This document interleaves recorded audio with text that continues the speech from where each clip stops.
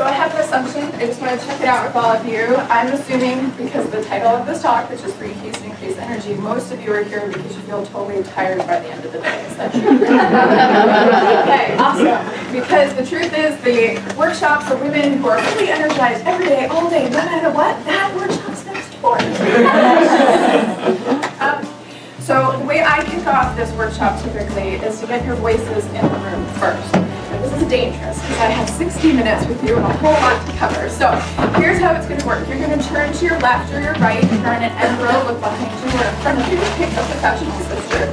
I'd like you to share the single biggest thing. So you're going to say, my name is, if they don't know, and the single biggest thing I'd like to get out of today is, I'm going to play some music. It's going to be like musical chairs with our mouths. As soon as the music stops, you stop and we come back together, okay?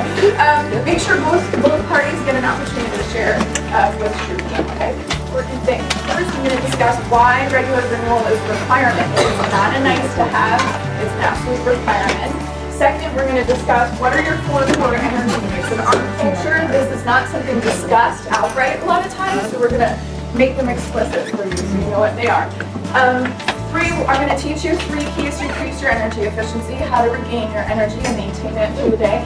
And then I'm going to teach you how to develop your own strategy to regain power over your work life. One promise to you is every time I've done this, at least a dozen times or so throughout the Capital Region, we're going to dive into topics that are very unique, okay? Maybe none of you have really touched on some of these before. So usually, I'm always told, well, I want more, and I can't cover it, especially today we have 60 minutes, and I'm already cutting it. I will give you as much as I possibly can, I promise.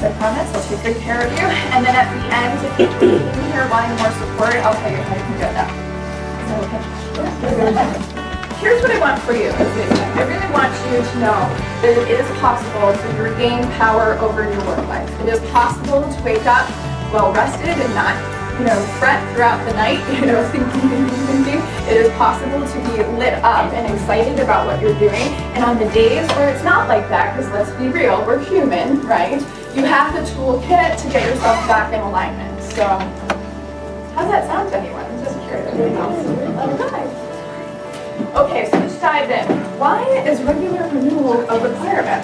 So I just want to say, have any of you woken up today saying, you know what, I just decided I'm just going to exhale. I'm just going to exhale all day long. It takes too much time. I'm harder. There's no time for that. We don't do that, but we do do this in our lives. When you look around the workplace today, you're going to see 3 things that happen. First of all, employees across the board, men and women, are feeling more overwhelmed, less appreciated, and weirdly enough, they're putting more effort into it. They're spending more and more time. There's actually a statistic that we spend 90,000 hours at work in a lifetime.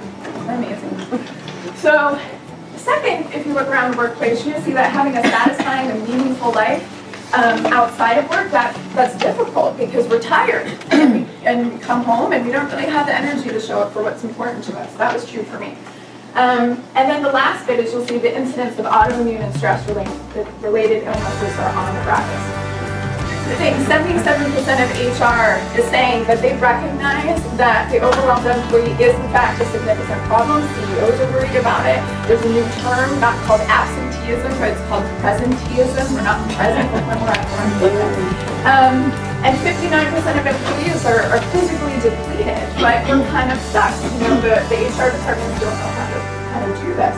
So here's the reason why I think it's happening. Albert Einstein was quoted as saying that no problem can be solved from the same level of consciousness that created it. So we're a collective, right? Right here in this room, we're a bunch of human beings, and we have a certain level of consciousness about certain problems. And to be able to fix it from that same level of consciousness doesn't really work. So, here we go. On your tip sheet, there are listed out for you, and I'm going to walk through kind of the key points why this is important. Why this is not just about self-care. I believe in that, but as they hopefully pointed out to you, 77% of HR is not struggling to solve the overall problem just because we refuse to do self-care. It's kind of a bigger thing. So people talked about being hard on themselves. People talked about having issues with not taking risks, for instance. And this is actually proven by research. Self-worth is often tied to one's work, unfortunately. There's a tendency to think and act and feel very different. There's a lot of cross purposes, and that's very inefficient. How many of you have taken a Myers-Briggs inventory in your personal life? Awesome, I love that. I did too, also took DISC. Can I tell you, after I did the power group number 1, mine changed. I don't have the same personality according to because here's the thing, we don't go around saying, Niagara Falls, you're too bold. You're really too bold. Now sit on down. We don't do that to nature, right? We don't say to the sun, you're too shiny. You're terribly immature. Stop being so bright and shiny. But we do it to one another.